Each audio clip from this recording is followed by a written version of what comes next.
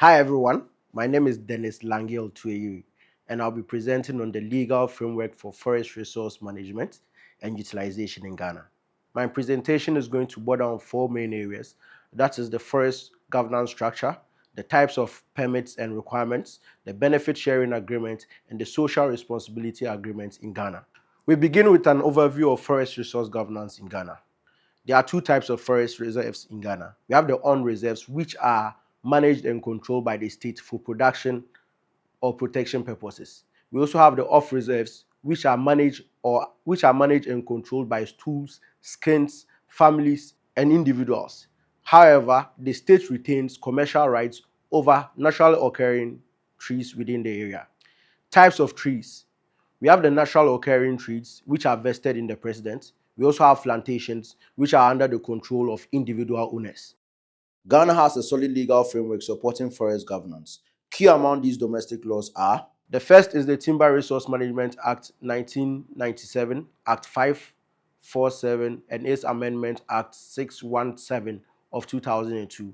We have the Timber Resource Management and Legality Licensing Regulation 2017, LI 2254. We also have the Forest Act 1927, Cap 157, and its amendments. We also have the Forest Plantation Development Fund Act 2000, Act 583, and its amendment Act 623. We have, last but not the least, the Forest Protection Act of 1974 and its amendment Act 624. Aside the domestic laws that I already mentioned, Ghana is also part of international treaties such as the Ghana-European Union Voluntary Partnership Agreement, VPA. Ghana is also a signatory to the Convention on International Trade in Endangered Species on Wild Fauna and Flora, also known as CITES. And we also have policy frameworks that guide us, such as the Forest and Wildlife Policy 2012. I proceed to the types of permits within the Ghanaian jurisdiction. There are three main permits. We have the Timber Utilization Contract, TUC. We have the Salvage Permits, SP. We have the Timber Utilization Permits, TUP. Aside these main permits, we also have the Certificate of Purchase, COP. I'll take you through each of these permits as we go along. With the TUC, Timber Utilization Contract, as the name implies, it is a written contract that grants rights to harvest natural occurring timber. It is granted by the Minister of Lands and Natural Resources with recommendation from the Forestry Commission. It is ratified by Parliament and it is a timber right, unlike other permits. A requirement of the TUC is that it is granted upon competitive bidding and pre-qualifying evaluation by the Timber Rights Evaluation Committee. Another requirement is an environmental and social impact assessment. There is also the social responsibility agreement that must be signed, and then payment of stampage fees and ground rent. These are basically administrative fees that has to be paid by the applicants applying for the TUC contract. The next permit is the salvage permit, and as the name implies, it is an administrative permit signed by the Forestry Commission to salvage trees from areas undergoing development such as road construction, expansion of human settlement, and farming. The requirement for the salvage permit is that there must be an application by the developer. The application must be accompanied by an inspection report from the Forest Service Division, FSD, confirming the status of the land not being one subject to TUC. The policy reason is that they do not want these various permits to conflict, so it must not be subject to an already existing TUC, that is the Timber Utilization Contract. The salvage permit is granted by the Forestry Commission and not the Minister of Lands and Natural Resources. Mind you, it is not a timber right and therefore it is not subject to parliamentary ratification. We have the last permit, which is the Timber Utilization Permit. This is a small-scale permit to harvest a specific number of timber in a specific area for social and community purposes.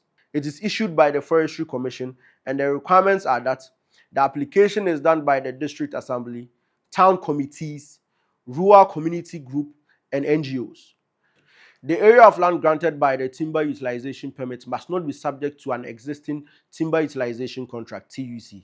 This sort of permit, if granted, cannot be sold or exported. It can only be used for social and domestic purposes. Next is the Certificate of Purchase, COP.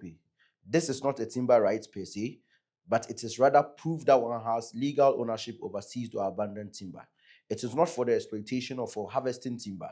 It is usually issued by the Forestry Commission after timber has been seized and sold under a court order. The requirements for this particular permit is that the subject matter timber must have been seized or abandoned, and that there must have been a court order allowing its sale. Next is the benefit sharing mechanism. This ensures that revenue from forest exploitation is equitably shared among all stakeholders.